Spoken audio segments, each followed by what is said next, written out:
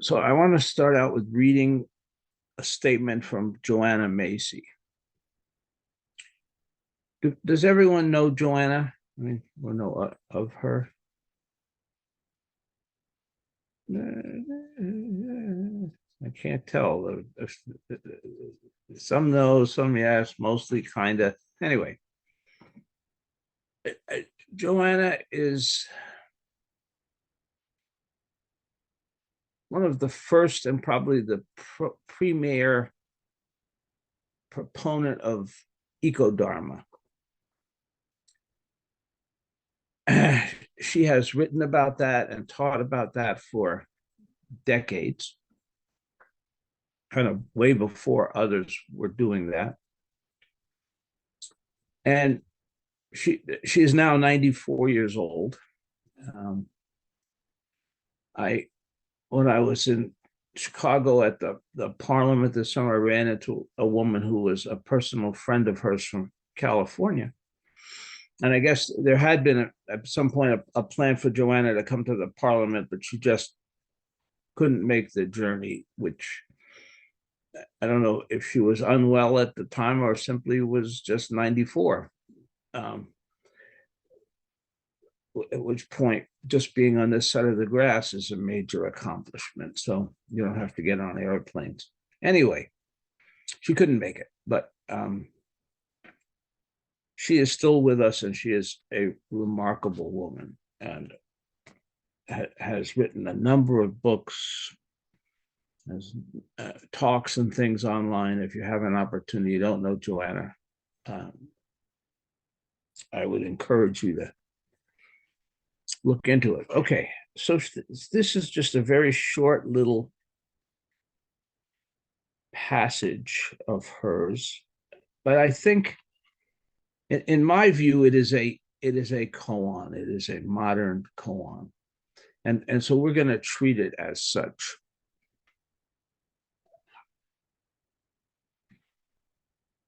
Because the relationship between self and world is reciprocal, it is not a matter of first getting enlightened or saved and then acting. As we work to heal the earth heals us. No need to wait. As we care enough to take risks, we loosen the grip of ego and begin to come home to our true nature. Okay, I'm going to read that again.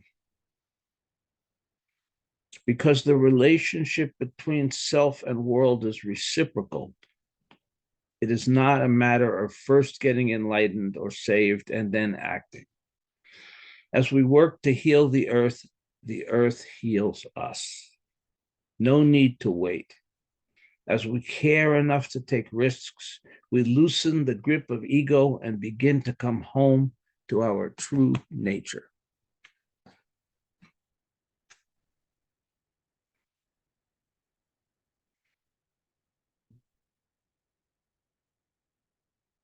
Now, one of the things I'd like to do with that, aside from talk a little bit about it now, is ask all of you that are working on koans to work on that as your koan for this week. If you're on Facebook and you're one of my friends there, you can, I have this posted on Facebook, but I'll also try to get it onto the Wild Fox list and send it out as an email. I'm really asking you all to just to really sit with that this week, really take it in and see where it goes.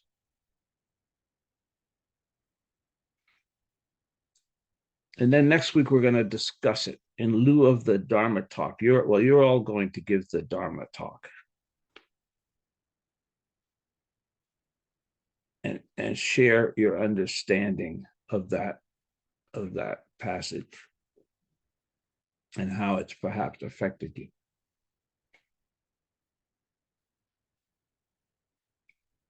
Which it turns out serendipitously is my way of copping out for this week, because Wednesday is my birthday, which is not a particularly big deal, except that I promised Elizabeth I wouldn't work on Wednesday.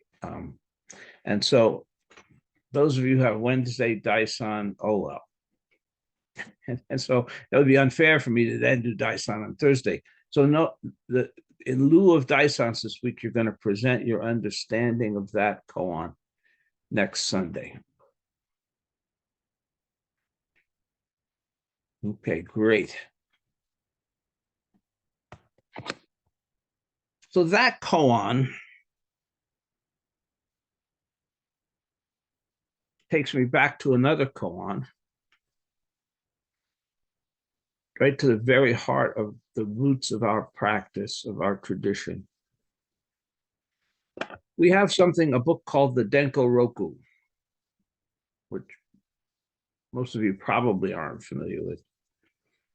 It's a collection of 50 koans that are the enlightenment experiences of the first 50 teachers in our lineage.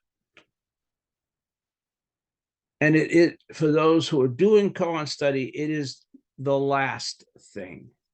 When you completed all the books of koans, blah, blah, blah, blah, and you're almost ready for Dharma transmission, then comes the Denko Roku. It's just wonderful. It's wonderful at that time to have that opportunity to connect with the awakenings of all these 50 great teachers in our lineage. And of course, it starts with the awakening of Shakyamuni Buddha.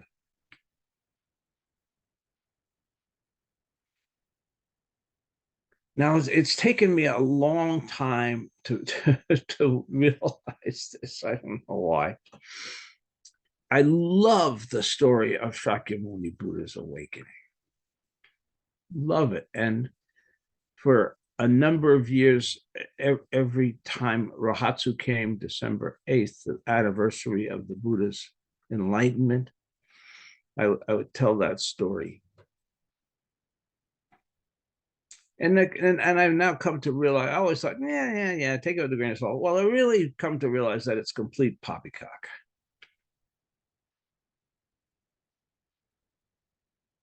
There's no validity to the story whatsoever. Why is that? Let's look at the premise of the story, which this part is, I do believe that he went off, Shakyamuni Buddha, went off into the forest, resolving that he would he went beneath a tree, a pipal tree, and his resolve was that he was going to sit beneath that tree, unmoving until he had a deep realization. And so then the story goes that in the night preceding his awakening, Mara, who's the personification of temptation, shows up to derail him. Mara doesn't want Shakyamuni to succeed. And first he sends his beautiful young daughters. And Shakyamuni remains unmoved and continues to sit there. So then Mara comes with an army of demons riding elephants. And once again, Shakyamuni is unmoved. Mara sort of uncorks his whole bag of tricks, and the Buddha cannot be dissuaded from remaining sitting beneath the tree.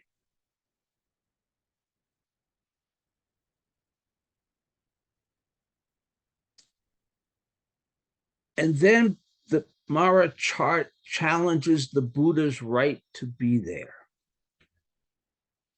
sitting in the seat of enlightenment, as it were, in the place of great awakening. And Mara says, so I can actually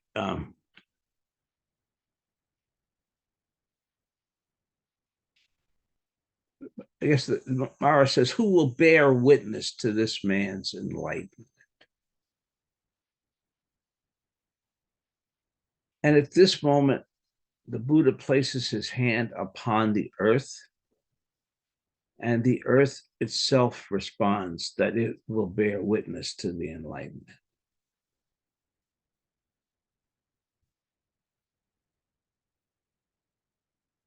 Now, this is not the part that's mythical.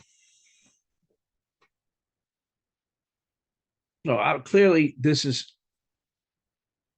shrouded in myth. It's the whole the story. But the next thing that happens is the Buddha has his experience of awakening in the third watch of the night. He sees the morning star arising, and so I get his declaration: I, together with all beings and the great earth, simultaneously achieve the way. I, together with all beings and the great earth, simultaneously achieve the way.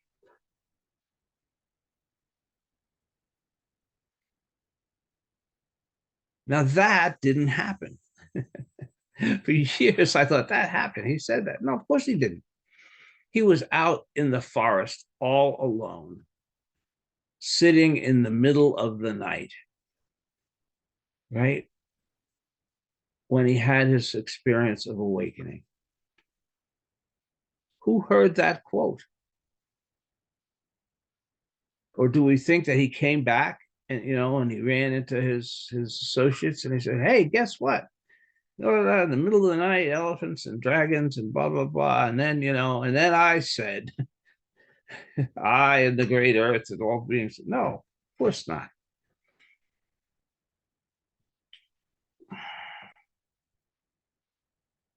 So this to me, this is one of the most important phrases in Buddhism, and yet I don't believe the Buddha ever uttered this phrase. Somebody added it. Who knows when, where. And maybe that's irrelevant because it goes to the point that the Buddha's awakening was not his personal experience, but it was an experience that the entire universe participated in. At that moment, the entire universe was awakened. The great earth was awakened.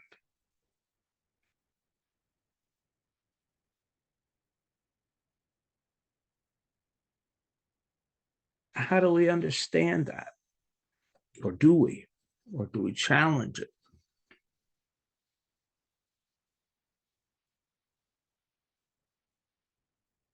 Well, I understand it in terms of non-separation.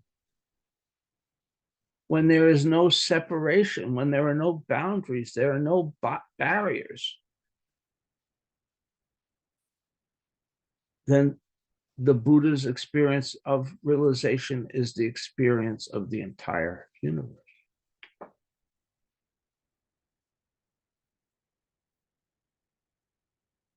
Our experience of realization is the experience of the entire universe.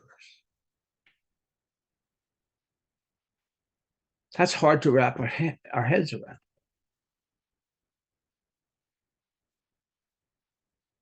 In fact, if you try to do so logically, you will probably fail and you probably think that I'm FOS.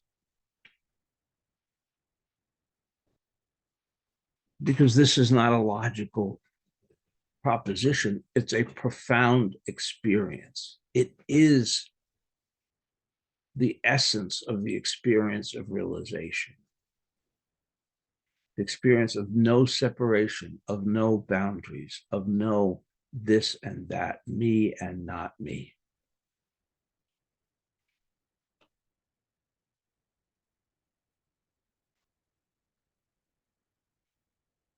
And therefore, in that moment, everything is transformed.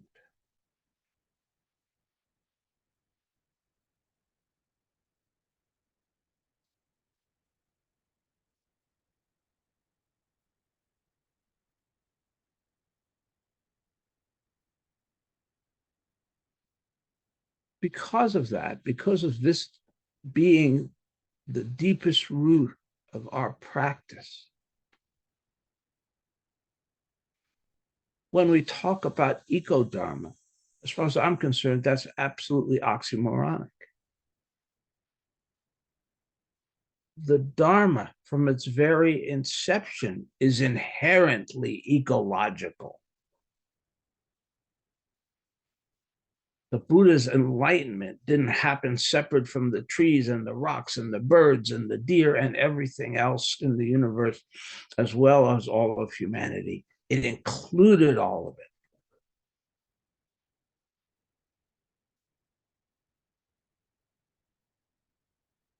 So our practice has arisen from this notion of non-separation, of interconnection, of interdependence. Nothing exists apart from everything else. And therefore, what happens to anything happens to everything.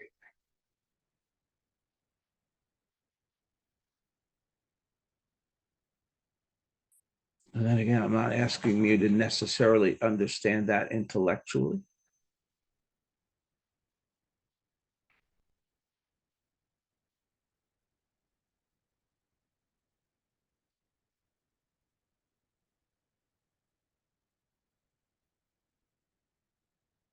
But to use it as a guiding post for your practice.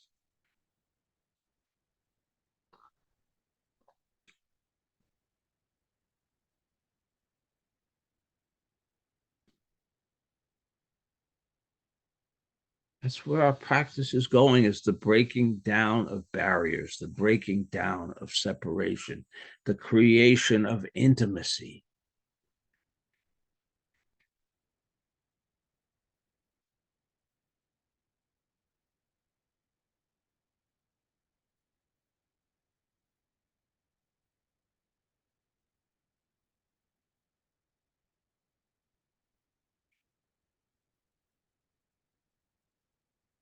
And this remarkable thing that when Joanna is saying here, as we work to heal the earth heals us. No need to wait. As we care enough to take risks, we loosen the grip of ego and begin to come home to our true nature.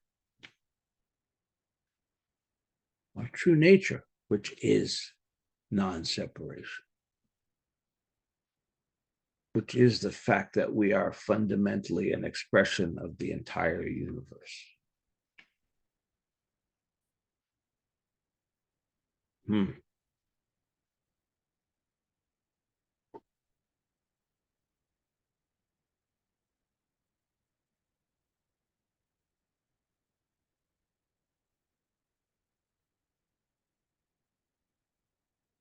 The very root of our practice, the very root of our tradition is fundamentally ecological.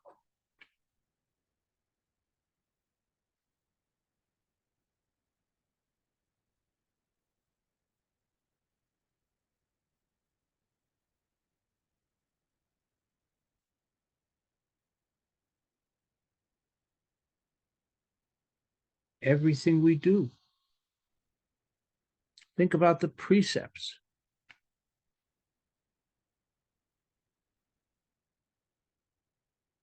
We have a precept of not killing or not taking life. And sometimes these days, more and more often, that's being stated affirmatively. There are the affirmative precepts. What does that say? It says, of preserving and sustaining life. What could be more fundamentally ecological?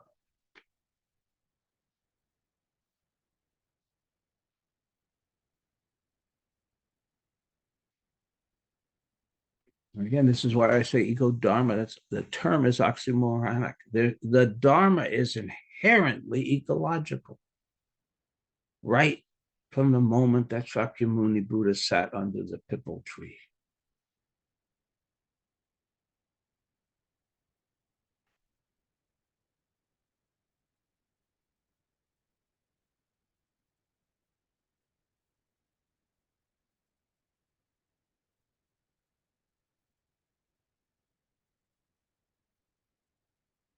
And our practice, our striving to awaken,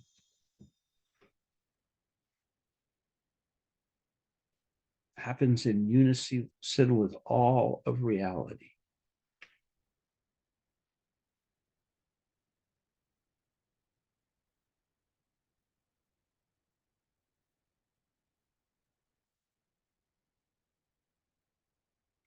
I think this is incredible medicine in this time of eco despair and despair more generally. People are like, what can I do? What can we do?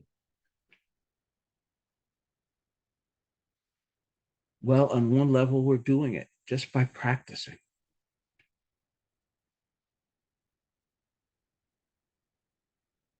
just by dropping the layers of separation, just by becoming intimate with the world. That has transformative power. And both we and the world are transformed.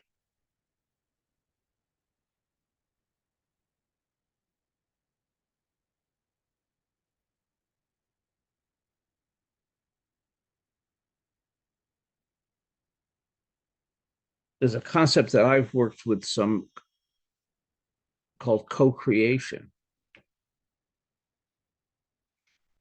And this is what Joanna is saying here is the very heart of co-creation.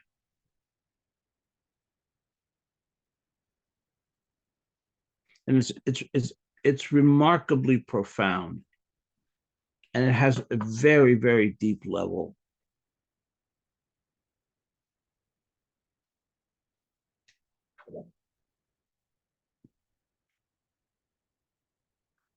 of understanding that as we heal the earth heals us.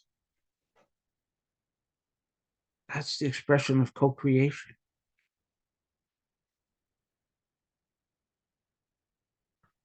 Well, what does that mean? How do we understand that?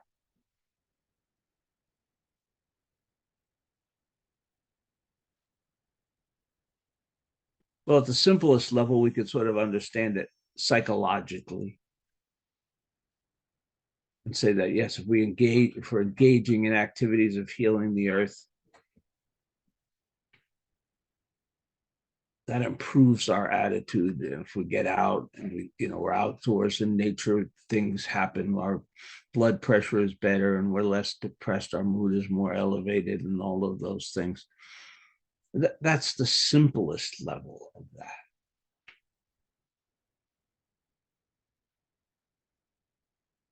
And that's sort of the level of forest bathing. Yeah, what they call it, forest bathing, forest therapy. That immediate physiologic and psychological change that occurs when we have a close encounter with the natural world. But what I believe what Joanna is saying here is something far more profound. Far more profound.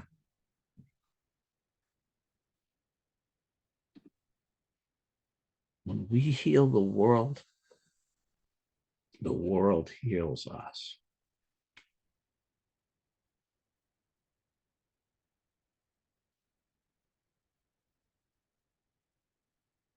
If this is truly one body, and it is, then when the world is suffering, I am suffering. When the world is ill, I am ill. And I think we're seeing that. We're seeing deterioration of both the physical and mental health of humanity concurrent with the destruction of the environment. We do not exist separate and apart from it. Imagine the insanity of these billionaires who are building bunkers and assuming that they're just going to let the world continue to be destroyed and they're going to go into their bunkers and live.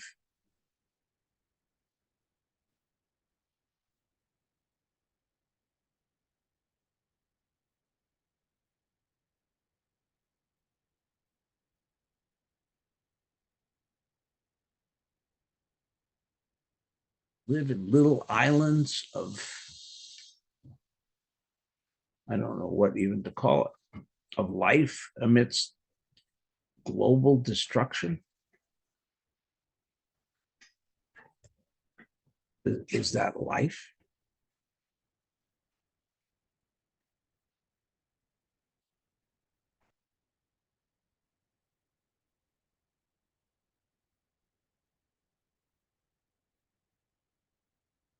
Is life even worth sustaining at that point?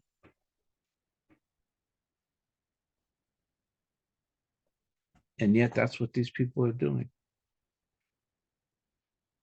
They're not healing the world and they're not letting the world heal them.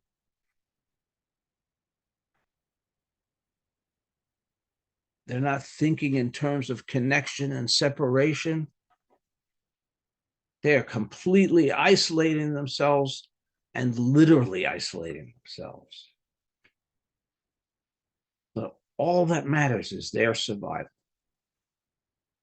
And therefore they can go forward gleefully allowing the earth to be destroyed.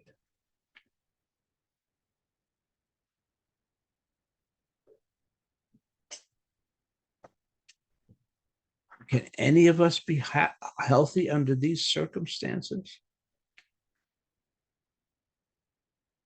A world that's suffering in the way that we see it suffering, other people suffering in the way that we see them suffering.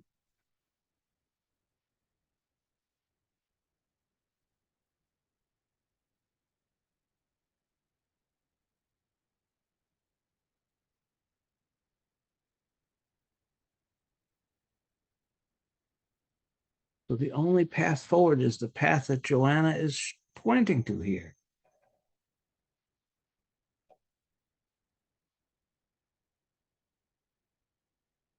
We need to engage fully and actively in healing the world.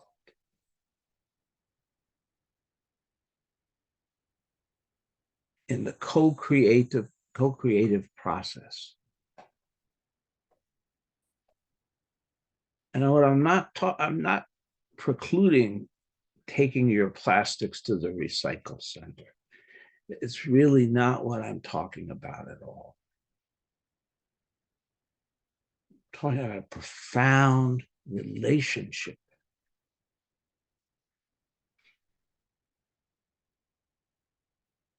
The title of one of Joanna's books is World as Lover, World as Self. And that refers to two different levels of our engagement with the world. World as lover is very close, just like we are as close to our lovers, the people that we care about. Intimate, emotionally, physically, and so on. A world as self is beyond that. It is our body. It is our body that's being desecrated.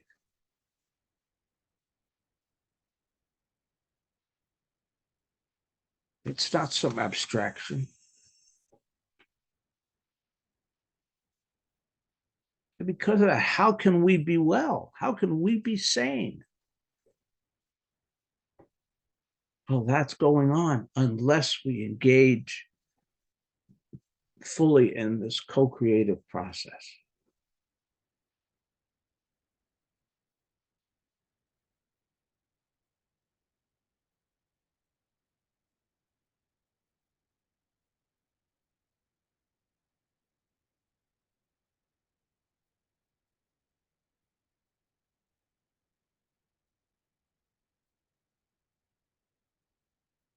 frankly, I think it's the only alternative that we have, other than getting more and more despairing, more and more depressed, more and more alienated, more and more frightened, more and more lonely.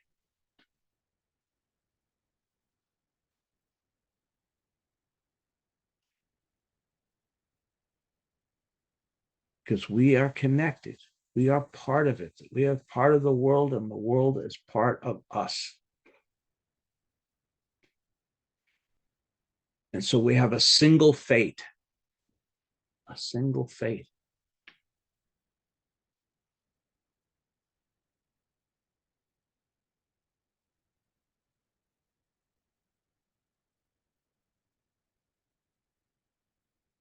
There's no sidelines here.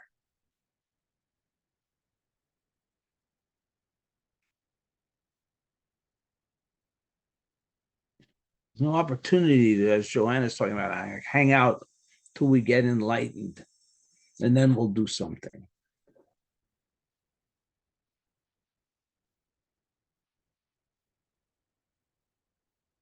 That used to be a fairly common view in Zen. That if you really weren't enlightened, you really didn't know what you were talking about. So you should remain on the sidelines.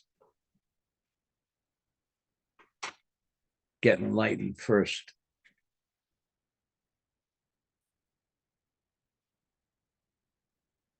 But this just says the opposite. And something, if we engage in that way, Joanna is telling us something will happen. Something different will happen. Something transformative will happen. Something powerful will happen.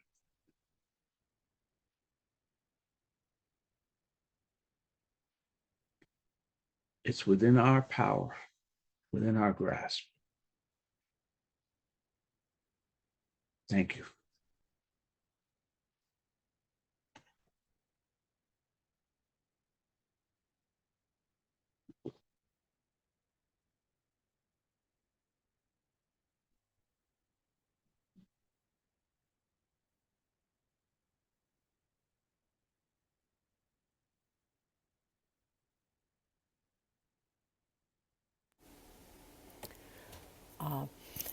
Peter, when you first quoted Joanna Macy that as the earth heals us as we heal the earth. I couldn't help but think I've been listening to the tricycle month of deepening your practice that you had recommended. And the talk this week was about loving kindness. And he was saying how we think of loving kindness as a linear thing. I give it to you, you give it back to me. And he urged us to shift that understanding to being circular. So it was as as I am giving loving kindness to you, it is being returned to me, and it's a dynamic that is going on simultaneously. And so loving kindness. So I think that I have always thought of eco-dharma as like forest bathing, forest therapy, that it's something you go into the woods and you connect with nature and do what you can for the non-human world. But after listening to this speaker from Tricycle on loving kindness and your talk today, it sort of dawns on me that a big part of our ecological surroundings are other human beings, and so therefore this circular experience of giving loving kindness is healing the earth the earth, including other humans, other animals, other creatures, as it heals us, as loving kindness comes back to us. So I see them as very, at first I would have said they're different concepts. Eco-dharma is this and loving kindness is that, but it's all the same thing. It's most certainly is. Thank you, Susan. Daido Roshi used to use an analogy that it's not a terribly great one, but it works somewhat in this case. He used to talk about our two hands, and he said, generally speaking, the two hands think that they're separate, right? That there's no relationship between them. But if this hand was in the fire burning, this hand would rush in and pull it out, because they would realize that they are connected, right? They are part of one body. And what happens to this hand happens to the whole body. It's not separate. So we tend to think of it as separate. We tend to think, oh, what happens to the plants and animals? That's not about us. And it absolutely is about us.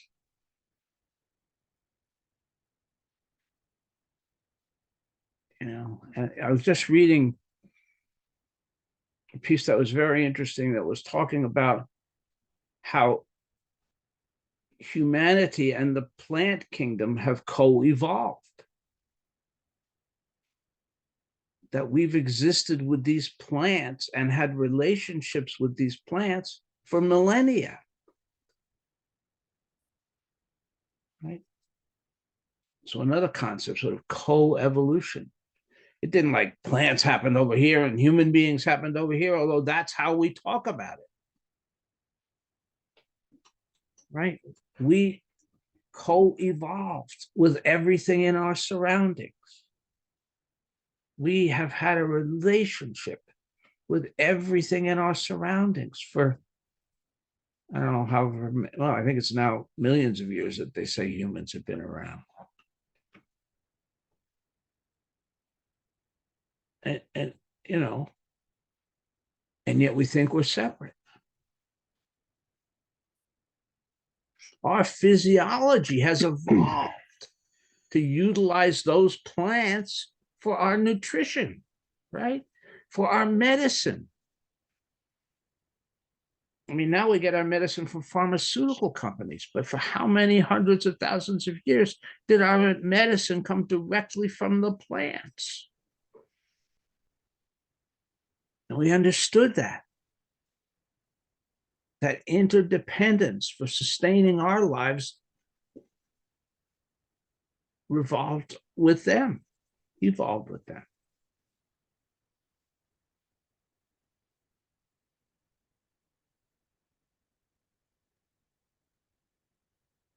I could not agree more with what you said there. And then that I did have an opportunity to begin China Root, the book that you referred to last week. I should finish it today. And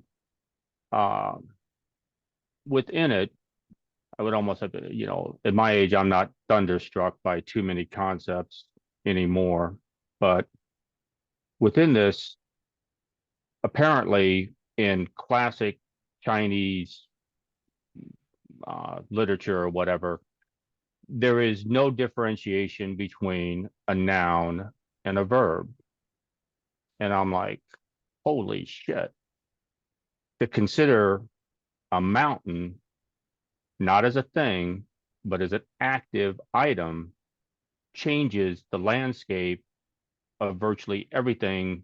I don't know. It just fundamentally shifted something inside of my mind that a person, place, and thing can actually be a verb is, I don't know. I found that to be tremendous. I am nowhere near the portion where my mind is empty. I don't know how the hell to get to an empty mind. The bloody thing keeps turning. And the other one in there that I am having difficulty with is the conception of having what would be construed as myself as a mirror. And I suppose that the reason for that is that I see that as a reflective barrier where, for the last 4 years, I've tried to be permeated. I want no barrier. I'm trying to breathe in, not just through my mouth and nose, but literally through all of my skin to remove the barrier of Brahma or nature or things of this nature.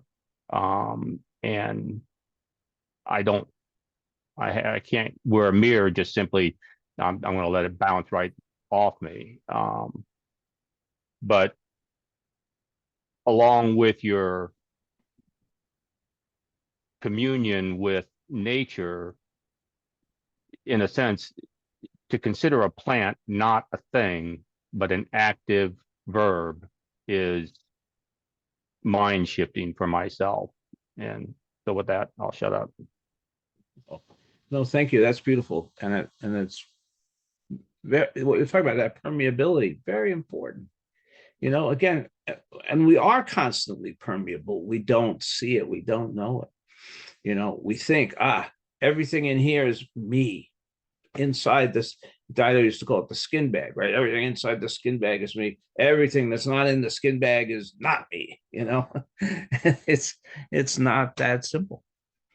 But something you said reminded me, Dogen used to talk about the Blue Mountains walking. The Blue Mountains walking. And there's one level you can say, well, that's sort of metaphorical. Dogen was a very metaphorical kind of a guy. But I think there's several levels on which Dogen understood that the Blue Mountains were walking. And one is that geologists will tell us mountains are not still. Mountains are moving. We don't see it, but they are. They're active, which is sort of incredible in and of itself. But there's also the sense that if I'm walking in the mountains and I am not separate at all from those mountains, then those mountains are walking. We are walking.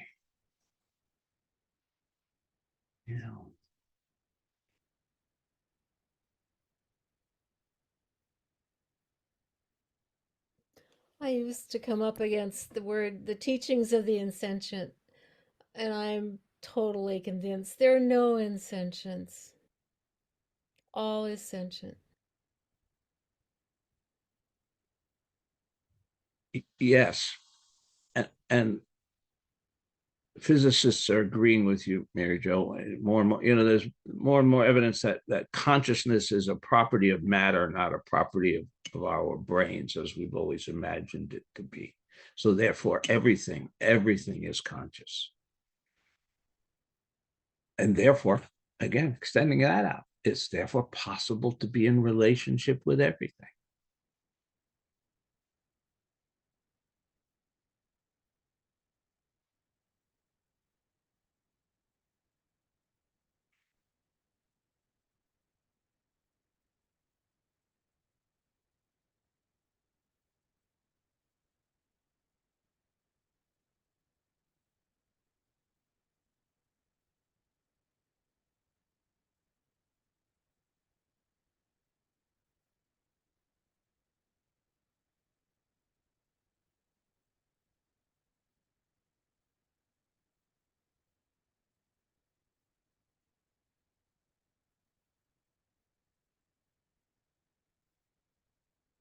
One of the things that I believe, and I teach when I'm teaching eco-spirituality, is that the world wants our participation. It welcomes us. And it will give us amazing gifts if we join with it, if we enter it, if we become one with it. And break down the veil of separation.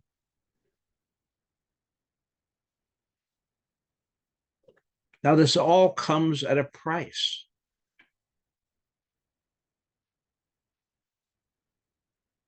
The price is that we will also feel the pain and the suffering of the world. The more that we are intimate with it, the more we cannot shut it out.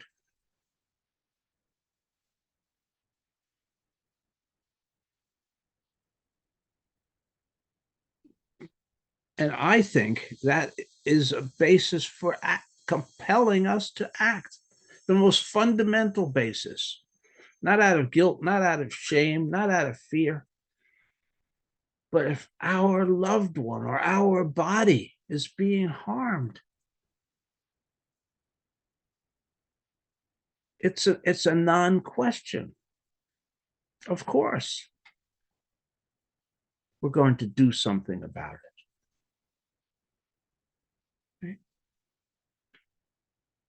We can only stand on the sidelines when we create separation. When we create separation, then there is a sideline that we can stand on. But when we're in intimate relationship, then acting is its own imperative.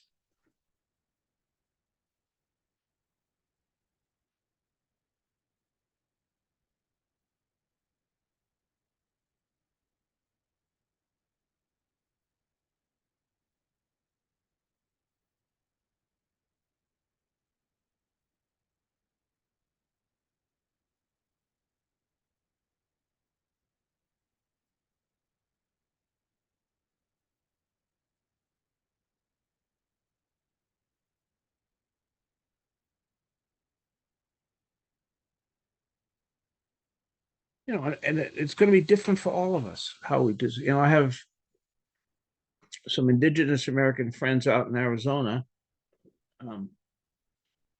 who Gary and Deborah have also had a chance to meet, and they are devoting their entire lives to this now, to prayer, to ceremony, to gatherings, to online posting. I mean, to traveling, to visit the trees in California. Sort of, they are endlessly engaging in this work every day.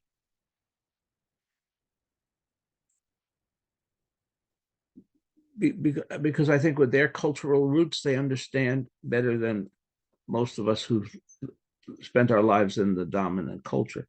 But that said, we can't all do that. Can't necessarily quit our jobs or leave our families or, whatever. But we can all engage. We can all do something.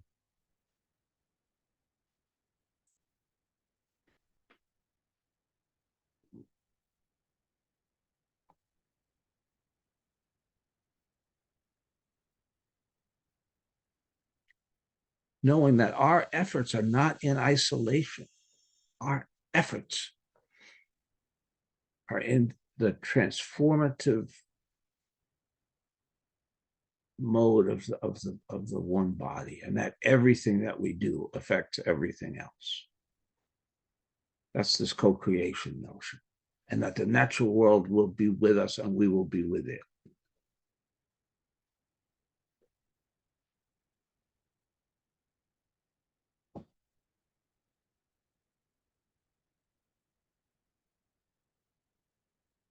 Or we can get our bunkers ready.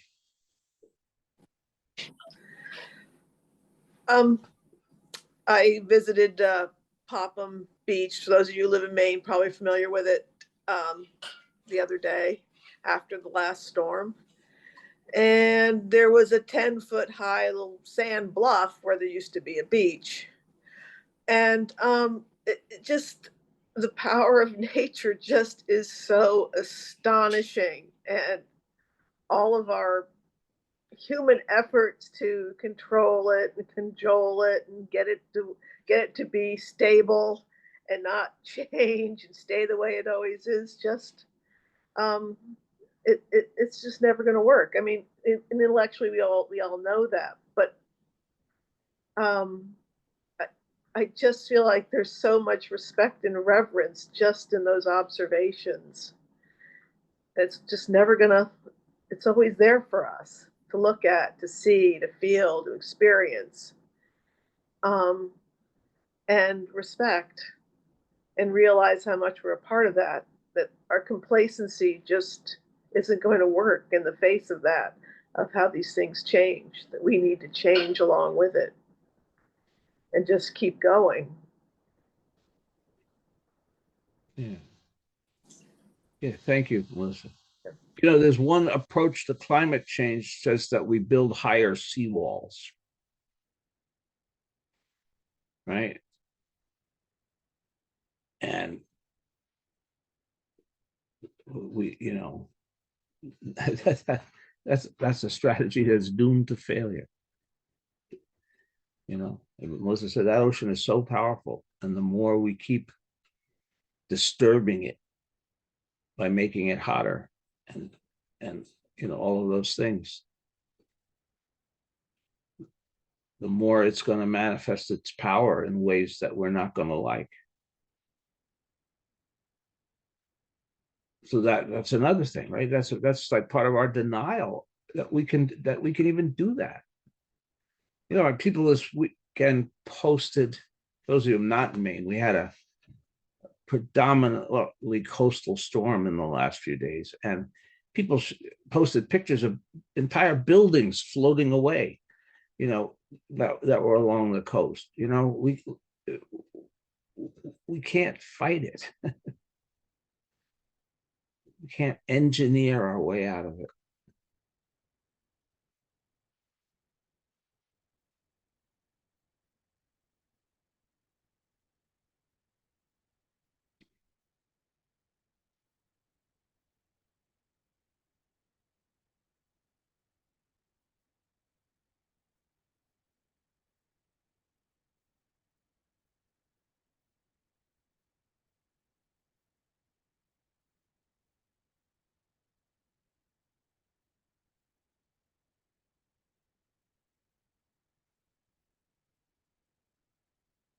Okay, so let's kind of wrap up. So as I said, there won't be Dysons this week, but I'm going to try to get you that Joanna Macy statement. Those of you that are doing Koan study can sit with that, and then I'll ask you all to present your responses next week. I get out of writing a talk too. I don't write talks anyway. I can't get out of writing a talk. I get out of having to think about a talk. Anyway, and so there's that. Now some of you follow this. I'm trying. You know, one of the things, I have a friend who I've mentioned who's a yogi and a teacher in a Hindu tradition, Kriya Yoga, and we meet. He lives in Oregon, so we meet on this Zoom, and we were talking not long ago, and he was talking about how the fact that he's now also teaching online, doing classes and things, and he said, you know, 3 years ago, before the pandemic, he had never conceived of it, and he said, and yet it's working, you know. And so that got me to thinking. You know, as you know, I'm doing this work with eco spirituality and with addiction recovery, and my ability to reach people would be much greater if I could do like a little. You know, I can't do eco spirituality online, and I should be shot if I really thought I could do that. But I can do an introduction. I could do a little teaser. I can get people maybe to put a toe in the water and then show up for a live thing. So I'm looking at how to do that. And I'm looking at the fact that, you know, just as we said, we couldn't, you know, no way we could do Zazen online. No, you know, no way we could develop Sangha and all of that. And here we are.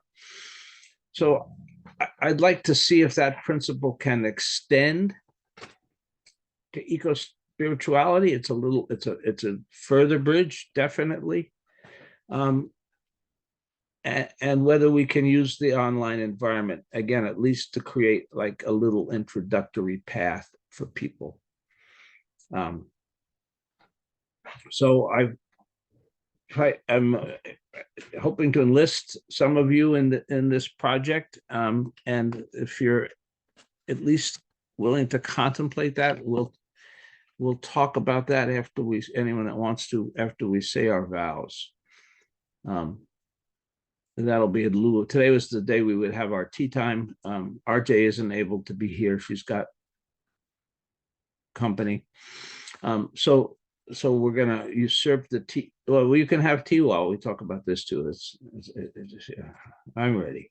Okay, so we'll say our closing vows, and anybody who's interested in the eco-spiritual experiment, this may be the first time ever that this is being attended. You could be part of history. Okay.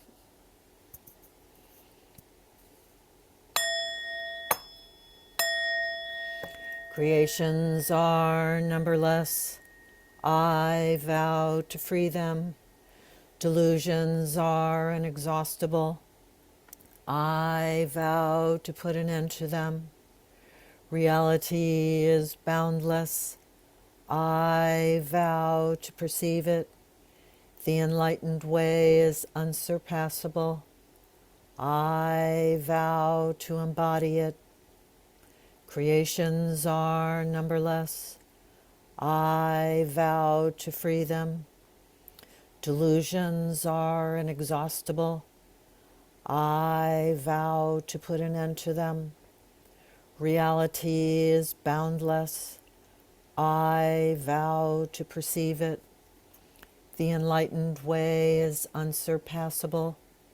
I vow to embody it. Creations are numberless. I vow to free them. Delusions are inexhaustible. I vow to put an end to them. Reality is boundless. I vow to perceive it. The enlightened way is unsurpassable. I vow to embody it.